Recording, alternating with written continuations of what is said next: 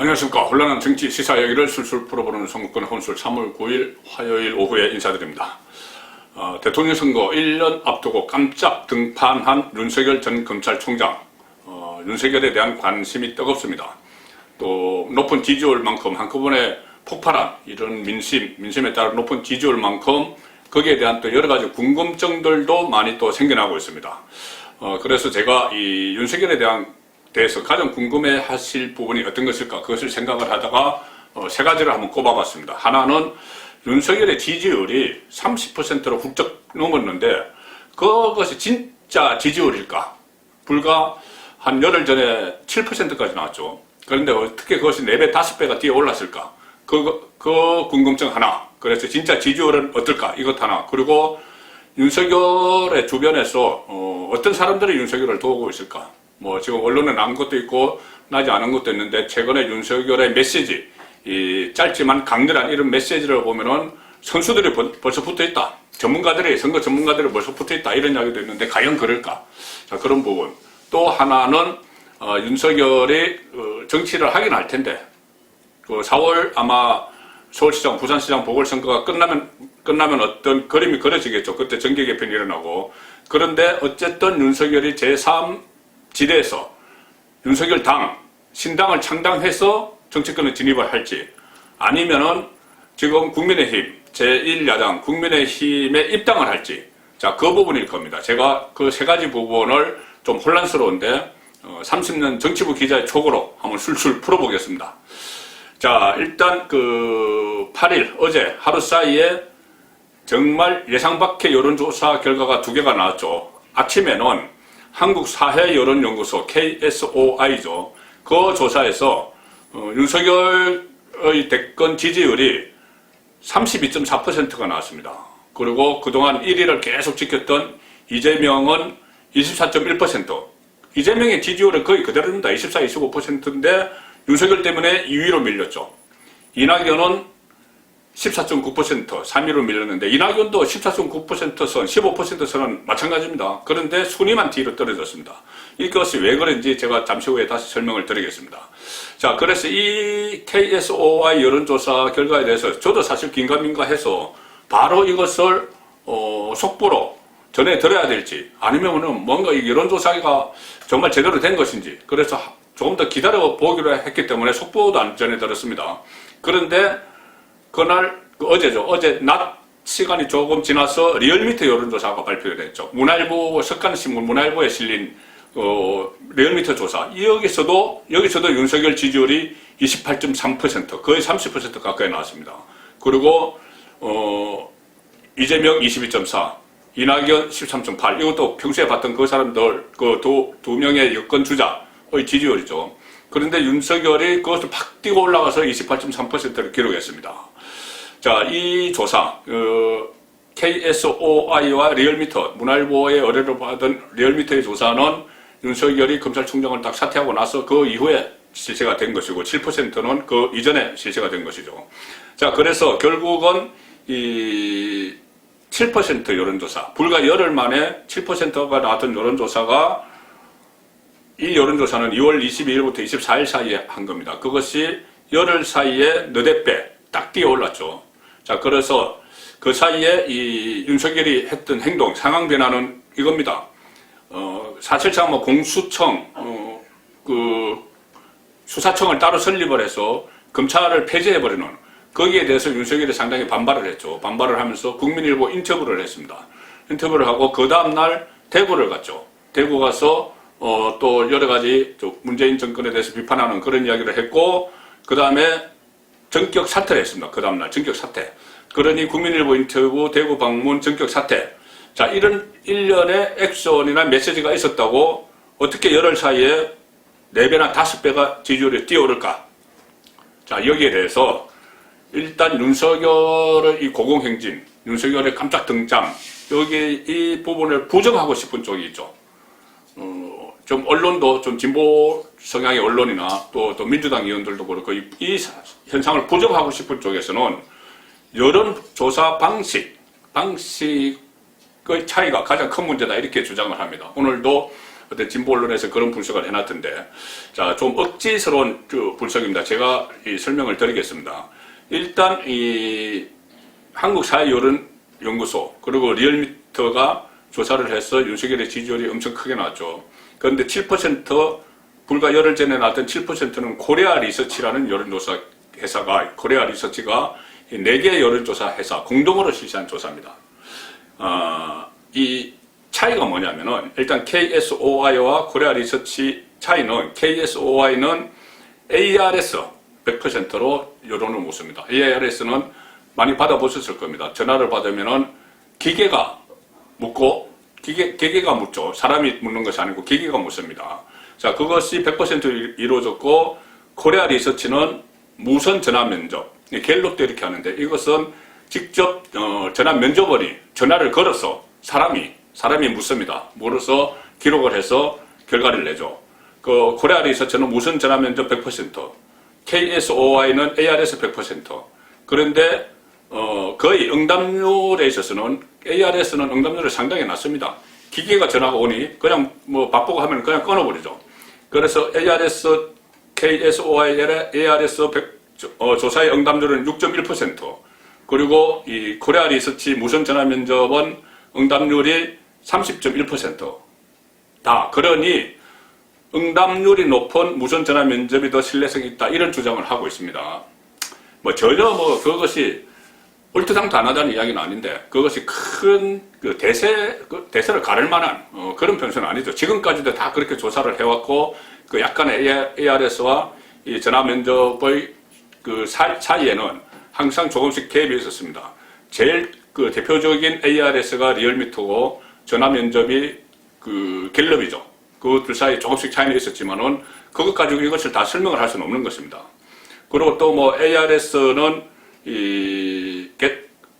노출 빈도에 민감하게 반응한다. 예를 들어서 지금 막 뉴스가 되는, 윤석열처럼 뉴스가 되는 이런 사람들을 이 사람들이 무의식적으로 기억하고 있다가 기계가 전화를 거니 그 무의식 중에 남았던 이 사람을 이야기하게 된다. 뭐 이런 이야기까지 지금 하면서 윤석열의 지지율을 지지율 이 30% 나온 지지율을 부정을 하고 싶은 그런 또 주장들도 나오고 있습니다.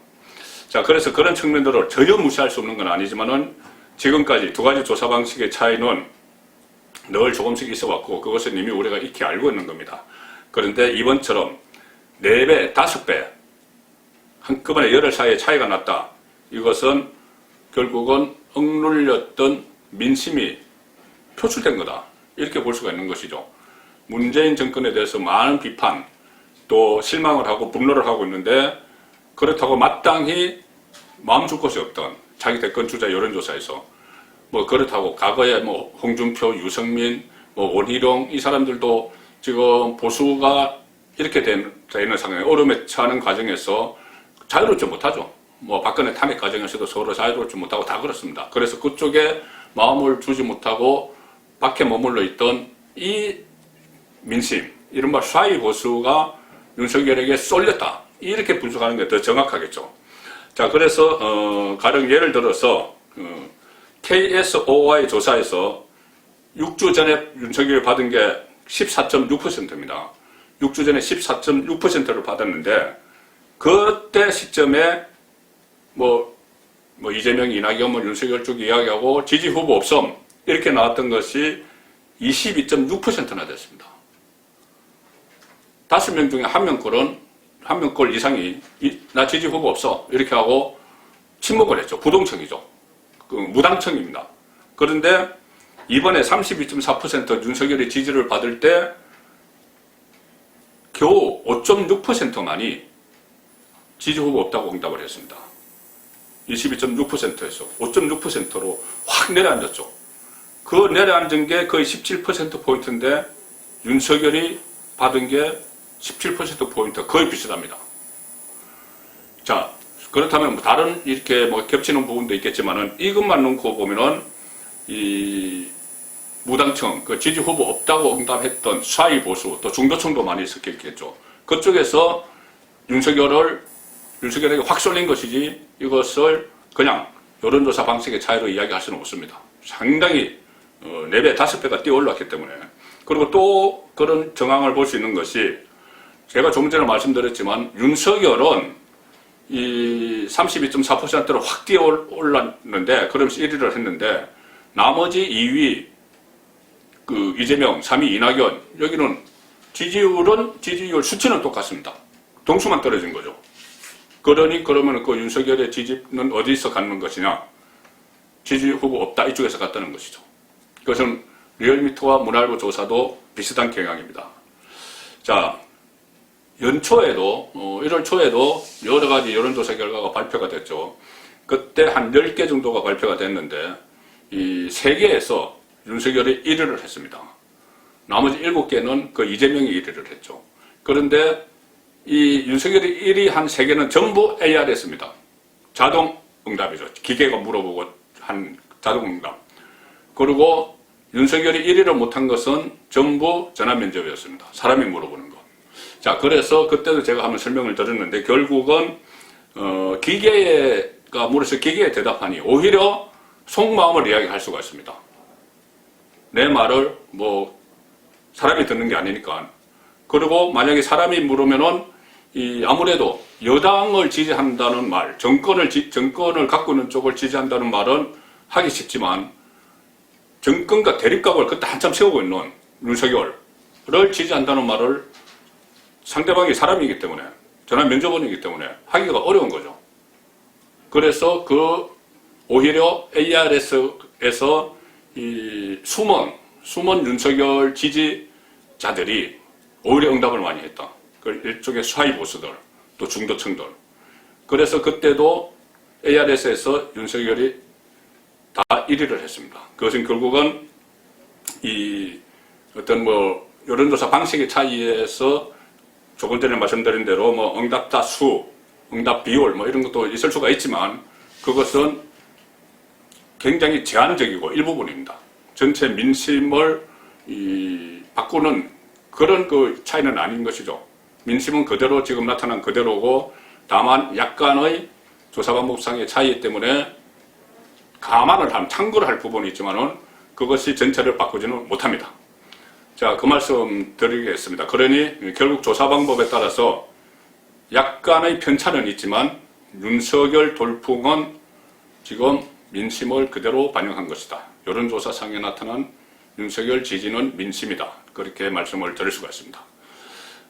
그 다음에 두 번째 제가 알고 싶다. 이것은 윤석열의 사람들이죠. 이 대선에 출마하려면은 사람들이 상당히 많이 필요합니다. 과거에 YS의 상로동, DJ의 동교동, JP의 청구동 이런 사람들은 수십 년 동안 해서 인맥을 다 쌓았던 그런 대선의 참모들이었죠. 지금은 이제 그렇게까지는 안 하는데 어쨌든 윤석열도 자기 대권 주자로 들었으니 여러 가지 얘기들이 사람에 대해서 나오고 있습니다. 그렇지만 지금 나오는 것은 아직은 어떤 개인적으로 친한 사람들, 누구나 다 개인적으로 친한 사람들 있죠. 특히 검찰총장까지 했으니 여러 분야에서 친한 사람들이 있는데 그 사람들이 지금 부분적으로 좀 조언을 해주는 아직까지는 그 단계로 보입니다. 그래서 지금 언론에 나온 대로 검찰에서는 정상명 전 검찰총장 윤석열이 대구지검에 초임 검사로 갔을 때 부장검사였다고 하죠. 그 다음에 안대희 또 박영수 특검 했던 박영수 이런 멘토들이 있다는 이야기가 나오고 있고 최근에는 또 김한길 전 민주당 대표 또 정대철 전 의원을 만났다. 그래서 이 두 사람은 진보 진영이지만 이 문재인 대통령과는 각을 세우면서 상당히 비판적인 그런 입장에 있는 사람들이죠. 그리고 김한길 전 대표 같은 경우는 민주당 대표까지 했지만 나중에 친문에 좀 진저리를 느껴서 친문과 결별을 하고 안철수 쪽에 합류를 했던 그런 경력이 있습니다. 그리고 또 일부 언론 보도에 나온 대로 이른바 조국 흑서 저자들 김경애, 김경률 또 진중권, 서민 이런 사람들이 또 도울 것이다. 이런 이야기도 나오고 현재 여러 가지 이야기들이 나오고 있습니다. 또 개인적 인연을 가지고 있는 국회의원도 있다고 하고요. 가령 권영세 의원 같은 경우는 과거에 고시 공부를 같이 했다. 그리고 정점식 의원은 대구지검에서 같이 초임 검사 생활을 했다. 또 안철수 대표는 과거에 그 윤석열에게 출마를 권유를 했다. 정진석 의원은 소위 말하는 그 충청 대망론을 계속 설파를 하고 있죠. 그리고 뭐 심지어 문재인 핵심 측근이라는 양정철도 과거에 윤석열에게 뭐 출마를 권유했다. 그런 말도 지금 있습니다. 자, 그런데 그 사람들이 그 윤석열의 뭐 정치 노선 이런 것을 정하는 것은 아니죠. 오히려 조금 전에 말씀드린 그런 사람들은 이 윤석열이 정치를 하는데 어떻게 보면 좀 서로 맞지 않는 어긋난 쪽에 서 있는 그런 사람들일 수도 있습니다. 뭐 박영수 그 특검 같은 경우는 최순실 게이트 특검을 했죠. 그래서 지금 현재 국민의힘에 속해 있는 그 의원들과는 상당히 거리감이 있습니다. 그 윤석열도 뭐 그런 부분에 대해서 마찬가지지만, 그 다음에 김한길, 정대철 이런 원로들도 어쨌든 뭐 진보 진영이 있기 때문에 윤석열이 만약에 국민의힘과 힘을 합친다거나 하면 뭐 같이 할 수 있는 사람은 아니죠. 그리고 이 권영세 의원 같은 경우는 친박 핵심이었습니다. 윤석열 전 총장이 박근혜 전 대통령을 탄핵까지 가는데 이 토대를 제공을 했기 때문에 같이 일하기는 상당히 어려운 그런 사람일 수도 있습니다. 뭐 실무자급에서도 최근 들어 여러 사람 이야기들이 나오고 있죠. 대구 고검에 자천돼서 갔을 때 그 총무과장을 했던 인물이 죽이 맞았어. 서로 합이 잘 맞았어. 윤석열 그 당시 검사와 같이 서울중앙지검으로 올 때 같이 와서 사무국장을 했다. 뭐 이런 인연들도 지금 하나 둘씩 나오고 있습니다. 그렇지만 결국은 윤석열의 사람들은 일단 4월 보궐선거 이후에 정계 개편이 일어날 겁니다. 정계 개편이 일어나든 또는 혹은 이 윤석열이 신당을 창당을 하든 아니면은 국민의힘에 입당을 하든 그때 돼서 윤석열의 사람들이 새롭게 형성이 되고 앞으로 정치를 해나가는데 그 사람들과 같이 가는 것이지, 지금 개인적으로 인연이 있는 뭐 이 사람들이 뭐 뒤에서 조언 정도는 할 수 있겠죠. 그렇지만 그 사람들이 윤석열의 사람들이다, 윤석열의 참모다, 그렇게 단정 짓기는 어려울 것 같습니다. 결국은 4월 선거 후에 정치권에서 빅뱅이 일어나고 새로운 정치 세력이 들었으면은 그 구성원 중에서도 윤석열의 핵심 참모가 불참을 할 수도 있고, 상당히 아직 윤석열의 사람들에 대해서도 상당히 가변적이죠. 그리고 최근에 관심을 모으는 그룹이 하나 있죠. 윤사모입니다. 윤사모. 윤석열을 사랑하는 사람들의 모임. 윤석열의 일종의 팬클럽인데, 과거에 그 대검 앞에 윤석열을 응원하는 뭐 환을 진열을 하고, 또는 윤석열 총장 시절에 지방지검을 방문을 하면은 거기서 막 환영식 퍼포먼스를 하고 이랬던 사람들이죠. 그 사람들이 윤사모를 결성을 했는데, 윤사모 쪽의 주장이지만은 그 회원수가 한 2만 명이 된다. 2만 명이 된다고 합니다. 그리고 그 사람들도 일단은 어쨌든 그 윤석열 대망론에서 이렇게 지원을 해주는 뭐 그런 응원 부대는 될 수가 있는 것이죠. 그리고 지금 이 윤사모의 존재가 제가 세 번째 궁금증으로 제시한 이 3지대에서 신당을 창당할 것이냐, 아니면은 국민의힘이 입당할 것이냐, 여기에 대해서도 어느 정도 읽을 수 있는, 그 흐름을 읽을 수 있는 그런 존재는 됩니다. 뭐냐 하면은 지금 윤사모 쪽에서 전국의 이 선거구, 국회의원 선거구가 253개가 있습니다. 그런데 윤사모 쪽에서 2만 명의 회원을 가진 윤사모 쪽에서 253개 선거구에 지역위원장을 선임하겠다. 지금 정당처럼 국민의힘은 지역위원장을 당협위원장이라고 하죠. 민주당은 뭐 지역위원장이라고 합니다. 그것처럼 253개 국회의원 선거구에 전부 다 조직을 만들겠다는 이야기죠. 그것은 곧 당을 창당을 하겠다는 이야기입니다. 만약에 국민의힘에 들어가거나 하면은 그럴 필요는 없는 것이죠. 그런데 당을 창당을 하려면은 전국의 지역의 조직을 갖춰야 되기 때문에 253개 선거구의 지역위원장을 선임하겠다. 자, 상당히 야심찬 계획이긴 하지만 지금 윤석열 쪽도 그렇고 윤사모 쪽도 그렇고 서로 무슨 논의를 하거나 뜻을 맞춰서 하는 건 아니다. 서로 거리를, 윤석열 쪽에서 특히 거리를 두는 그런 상황이기 때문에 이것이 삼지대 신당 창당을 어떤 신당 창당 쪽으로 단정을 하는 그런 일은 되지 못할 것 같습니다. 다만 지금 제가 말씀드린 윤석열의 이런 지지율이라면은 이 지지율이 당분간 유지된다고 가정을 하면 신당 창당을 못할 이유가 없습니다. 신당을 창당을 하면 이 정도 지지율을 가지고 있는 사람이 깃발을 들고 당을 만들면 국민의힘 안에 있는 현역 국회의원들이나 뭐 원외 당협위원장이나 이런 사람들도 대거 이쪽으로 자리를 옮겨올 수가 있습니다. 그런 상황, 상당 부분 흡수가 가능한 것이죠. 특히 이 보궐선거에서, 그 서울시장 선거에서 오세훈이 후보가 되지 못하거나, 야권 단일 후보가 되지 못하거나, 단일 후보가 됐어도 본선에서 지게 되면 야권발 정계 개편 빅뱅이 일어납니다. 그 과정에서 이 신당, 윤석열을 중심으로 하는 신당이 닻을 올릴 수도 있는 것이죠. 그런데 일단 신당을 만들면은, 윤석열이 일단 제3지대에서 신당을 만들면은 국민의힘을 100% 흡수하기는 어렵겠죠. 국민의힘에 남아있는 사람들, 특히 윤석열의 이른바 적폐수사에 반감을 가지는, 또 실제로 그 대상자가 됐던 사람도 있습니다. 그 사람들은 같이 하기 어렵겠죠. 그리고 이 국민의힘의 지금 대권 주자들, 가령 홍준표는 지금 당 밖에 있지만은 그때 당 안에 들어온다고 치면은 홍준표, 유승민, 원희룡 이런 사람들이 윤석열이 당을 만든다고 그쪽으로 쭉 따라가지는 못합니다. 그러면은 국민의힘 세력은 남아있겠죠. 규모가 이제 어느 정도 되느냐, 그것은 앞으로 추이를 봐야 되겠지만은 이 상황에서 신당, 윤석열 신당이 몸집이 커져서 국민의힘만큼 커지면은 서로 주도권 다툼을 하다가 보면은 지금 대통령 선거가 1년밖에 남지 않았는데 쭉 그대로 갈 수가 있습니다. 그러니까 야권이 두 개의 큰 흐름으로 가는 거죠. 국민의힘 세력, 그 다음에 국민의힘 세력을 부분적으로 흡수하는 윤석열 신당. 이렇게 가면은 대선에서 만약에 3자 대결 구도가 되면은 민주당의 어부지리를 줄 수도 있다. 자, 그런 우려가 벌써부터 나오고 있습니다.